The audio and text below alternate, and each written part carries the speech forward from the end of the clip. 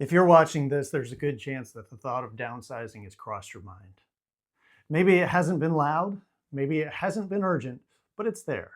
And that's usually how this starts. Most people don't wake up one morning and suddenly decide it's time to move.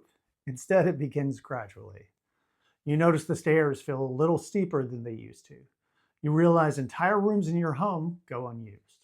You find yourself thinking about maintenance more than enjoyment. Or maybe it isn't physical at all, maybe it's financial.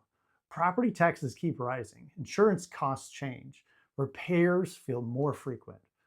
Or maybe it's simply that your life has shifted.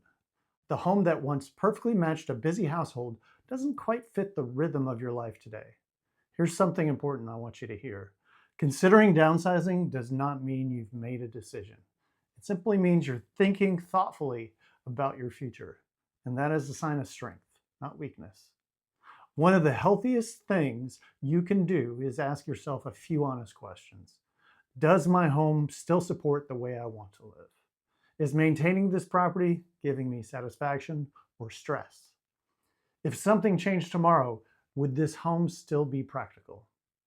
Sometimes the answer is yes, I'm exactly where I should be, and that's wonderful. Other times the answer is more nuanced, and that's where clarity becomes powerful. This video series isn't here to push you towards selling.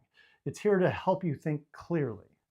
Because the best decisions about housing are rarely reactive, they're intentional. And you deserve to make this decision from a place of calm, not pressure.